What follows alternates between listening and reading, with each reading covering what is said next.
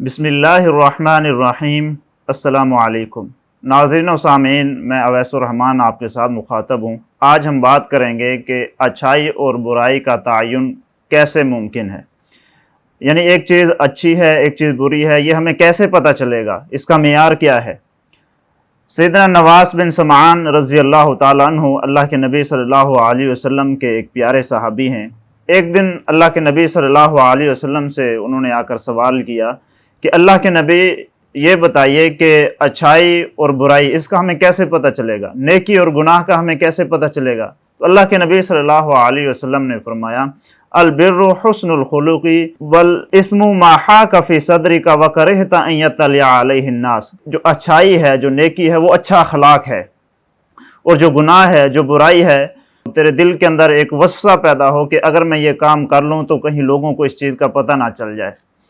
جو اچھائی ہے، اللہ کے نبی صلی اللہ علیہ وسلم نے اس کی انتہائی مختصر اور جامع تعریف کی ہے، گویا کہ ایک سمندر کو کوزے کے اندر بند کر دیا ہے۔ اللہ کے نبی فرماتے ہیں کہ اچھائی اچھا اخلاق ہے، نیکی اچھا اخلاق ہے۔ اچھے اخلاق کا ہمارے ہاں معاشرے کے اندر عموماً یہ تصور پایا جاتا ہے کہ کسی سے ہنس کر بات کر لینا، مسکرا کر بات کر لینا، گفتگو کے دوران مسکراہٹ چہرے پر رکھنا، یہ اچھے اخلاق کا ہمارے معاشرے کے اندر تصور پایا جاتا ہے۔ حالانکہ یہ ایک محدود تصور ہے، اگرچہ یہ چیز بھی اچھے اخلاق میں شامل ہے، لیکن ایک چھوٹا تصور ہے۔ ایک شخص نے حضرت عائشہ صدیقہ رضی اللہ تعالی عنہا سے آ کر پوچھا کہ اللہ کے نبی صلی اللہ علیہ وسلم کا اخلاق کیسا تھا؟ تو سیدہ عائشہ رضی اللہ تعالی عنہ نے فرمایا کہ کیا تم قرآن پاک نہیں پڑھتے؟ اس نے کہا میں قرآن پاک تو پڑھتا ہوں۔ تو سیدنا عائشہ صدیقہ رضی اللہ تعالی عنہ نے فرمایا کہ اللہ کے نبی صلی اللہ علیہ وسلم کا جو اخلاق تھا وہ قرآن پاک ہی ہے، یعنی قرآن پاک کے اوپر عمل پیرا ہونا، قرآن کے احکام کے اوپر عمل کرنا ہی اچھا اخلاق ہے۔ اب قرآن پاک کے اندر سیاسی طور پر دیکھا جائے تو قرآن پاک ہمیں رہنمائی کرتا ہے، اگر معاشی طور پر دیکھا جائے تو قرآن پاک ہمیں رہنمائی کرتا ہے، معاشرتی طور پر، خاندانی طور پر دیکھا جائے تو اس میں بھی قرآن پاک ہماری رہنمائی کرتا ہے، عبادات میں، رسومات میں، خصوصاً عقائد میں قرآن پاک ہماری رہنمائی کرتا ہے۔ غرض زندگی کے ہر شعبے میں، زندگی کے ہر پہلو میں قرآن پاک ہماری رہنمائی کرتا ہے۔ پھر قرآن پاک کی مزید تشریح تفسیر ہمیں احادیث مبارکہ سے ملتی ہے۔ گویا کہ مکمل ایک دین کے اوپر عمل کرنا، انفرادی سطح پر بھی اور اجتماعی سطح پر ہی، یہ ایک اچھا اخلاق ہے۔ اور جب ایک معاشرہ مل کر قرآن و سنت کے اوپر عمل کرنا شروع کر دیتا ہے، شرعی تعلیمات کے اوپر عمل کرتا ہے اور اس کے مطابق اپنی زندگی بسر کرتا ہے، تو ایک پورے معاشرے کی اجتماعی طور پر ایک ان کا جو اخلاق ہوتا ہے وہ عمدہ اور اعلیٰ ہو جاتا ہے۔ دوسرے نمبر پر اللہ کے نبی صلی اللہ علیہ وسلم نے فرمایا کہ گناہ یہ ہے کہ جو تیرے سینے میں کھٹکے، تجھے ڈر پیدا ہو کہ میں یہ جو کام کرنے لگا ہوں یا جو میں نے یہ کام کیے ہے یہ لوگوں کو اس کا پتہ نہ چل سکے۔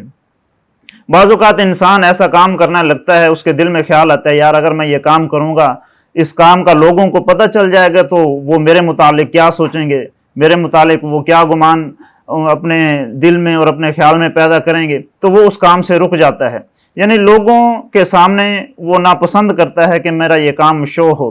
تو یہی ایک اللہ کے نبی صلی اللہ علیہ وسلم نے چھوٹا سا معیار بتایا ہے کہ جو انسان کے دل میں کھٹکے شک و شبہ پیدا کرے، انسان اس سے بھی بچ جائے۔ ایک چیز قرآن اور حدیث کے راستے سے متعین ہے، یہ نیکی ہے، یہ گناہ ہے، لیکن کچھ ایسے امور ہیں کہ جن میں قرآن و سنت سے اگر رہنمائی نہیں ملتی، اس میں انسان کو شک ہے کہ کیا یہ کام ٹھیک ہے یا ٹھیک نہیں ہے، تو پھر انسان اپنے دل سے پوچھ لے کہ میں اگر یہ کام کرنے لگا ہوں تو اس میں لوگوں کے ہاں اور معاشرے کے ہاں میرا اچھا رسپونس جائے گا، اچھا تاثر جائے گا، تو پھر وہ کام کر لے۔ اگر وہ سمجھتا ہے کہ یہ جو میں کام کرنے لگا ہوں لوگوں کے سامنے میرا جو رسپونس ہے وہ غلط جائے گا، غلط امیج جائے گا، تو پھر اس کام سے رک جائے۔ اور تقوی کا تقاضا بھی یہی ہے کہ انسان شک و شبے والے چیز سے بھی رک جائے۔ ایک تو نیکی اور گناہ جو قرآن و سنت نے ہمیں بتائے ہیں وہ واضح اور متعین ہے کہ تم یہ راستہ اختیار کرو گے تو یہ راستہ سیدھا ہے، اگر یہ راستہ اختیار کرو گے تو یہ راستہ جو ہے یہ سیدھا نہیں ہے، یہ راستہ تمہیں گمراہی کی طرف لے جائے گا۔ یہ دونوں راستے قرآن و سنت کی روشنی میں